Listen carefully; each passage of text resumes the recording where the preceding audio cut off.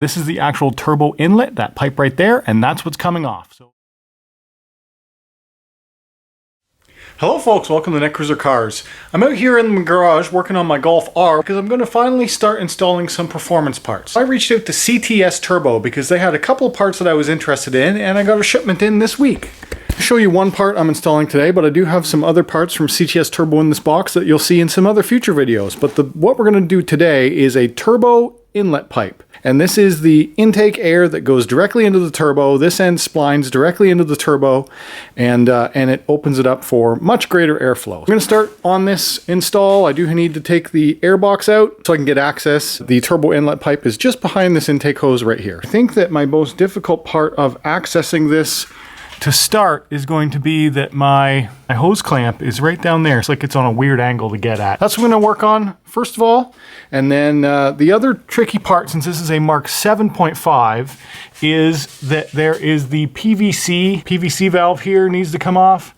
And it is a friction fit now versus the old style was a clamp. You do need to get a lot of leverage on this to try and pop that off. So those are the two struggles of getting to the area of the part that I need to replace, and that's what I'm going to work on right now. Okay, it was 8 Torx T25 bolts that I just removed around the airbox, and now this whole upper assembly is off. You see that discolored kind of orangey looking bolt down there, the yellowish bolt? That is the hose clamp worm gear that's on this pipe, and I need to be able to get down in there and get that off. To do reinstall it, I'm going to try and have that access up here because it would have been much easier if it was on this side. I need to loosen it off a bit, and then this whole intake top pipe will just pop right off, and that will get me access to what I need. I was able to use this long screwdriver to be able to come in sideways and get that one bolt out, and now that it's out, I can just pull this whole air intake assembly right off and move it aside.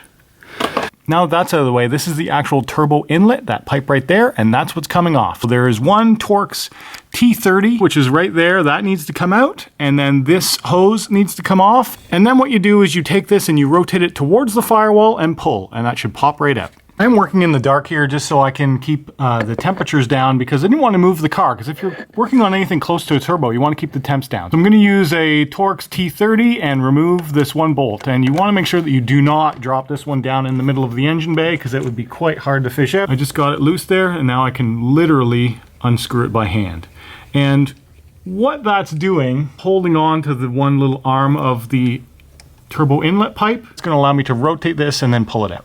Felt to me like there was a bit of a stopper on that screw, so I just left it there dangling, and now I can actually pivot this. And now I'm just going to rotate this forward towards the firewall, and then it should just pull right out. There it goes. Okay.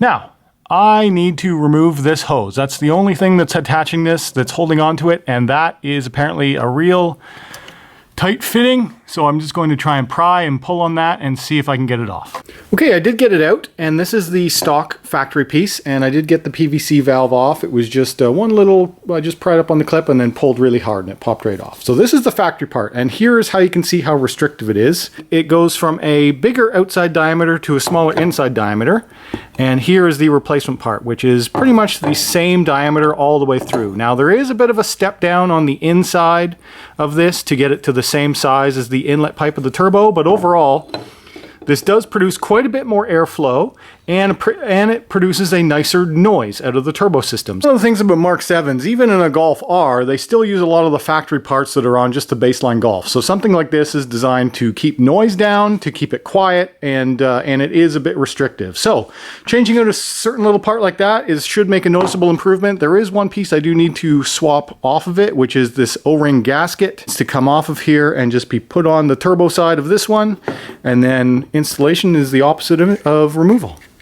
Alright, I now have the CTS turbo inlet pipe ready for installation, although one of my nightmares of DIY engine work has just occurred, and that is I had a screwdriver up here and it fell out of this channel and all the way down into the bottom. You see that red handle down there?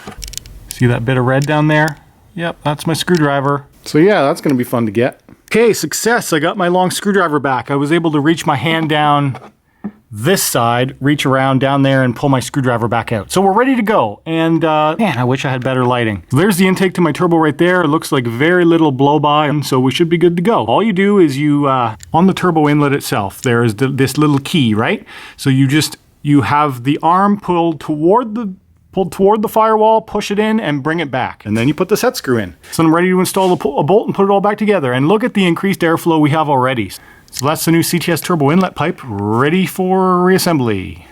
Now this PVC fitting is the new style where it's just friction fit. So I'm just going to pop it on here and put a lot of pressure on it and it should click down into place. Actually, that was really easy. Easy to click on and it's on there tight. Just absolutely make sure. Oh yeah, we're good to go. Now all I have to do is put the airbox back on and we're done. Excellent news. It all went back together great. I did choose to leave that hose clamp in its stock orientation because it is accessible from this side with a long straight edge, so that's fine. I did think about orientating it up to the top, but then it is actually harder to get at. PW engineers, yep, they were correct. That's the okay position. Put in my 8 Torx T25 screws and go for a rip.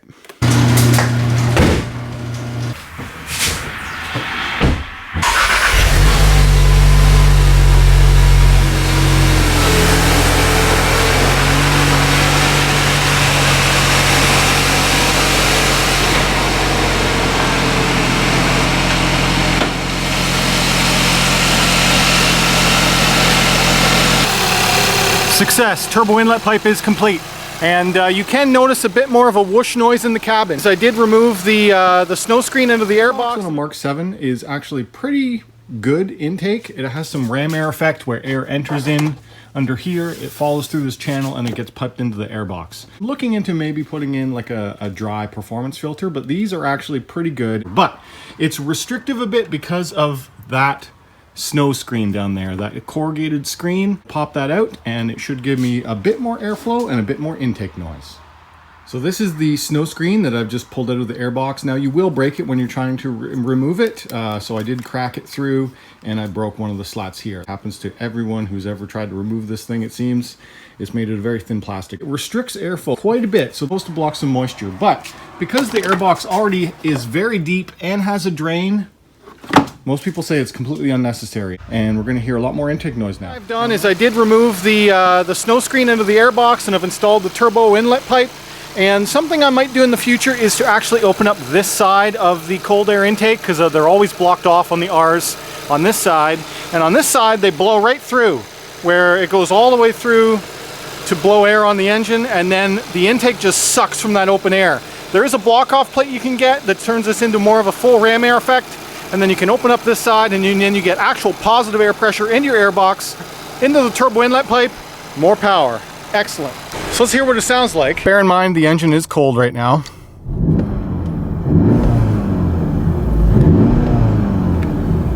I'm not sure if the microphone picked that up, but there is a noticeable whoosh of the turbo noise in the cabin, so that's excellent. So I know it's going to make a bit more power and have a bit more of the noise that I want. Now that part is supposed to add about 10 horsepower to mid-range and 5 peak horsepower. So we're going to go out for a drive and see what it's like tonight. I'm on my first drive with the turbo inlet pipe. I'm just getting the oil up to temp. We just hit 85C on the oil temp meter, and I'm just going through a 60 km/h zone.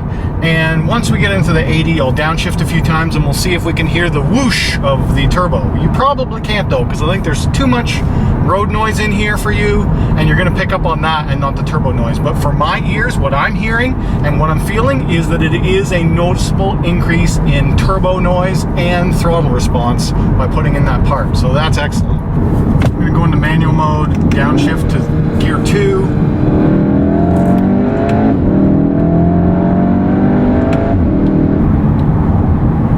Go into sport mode, and I'm just gonna mat on the throttle.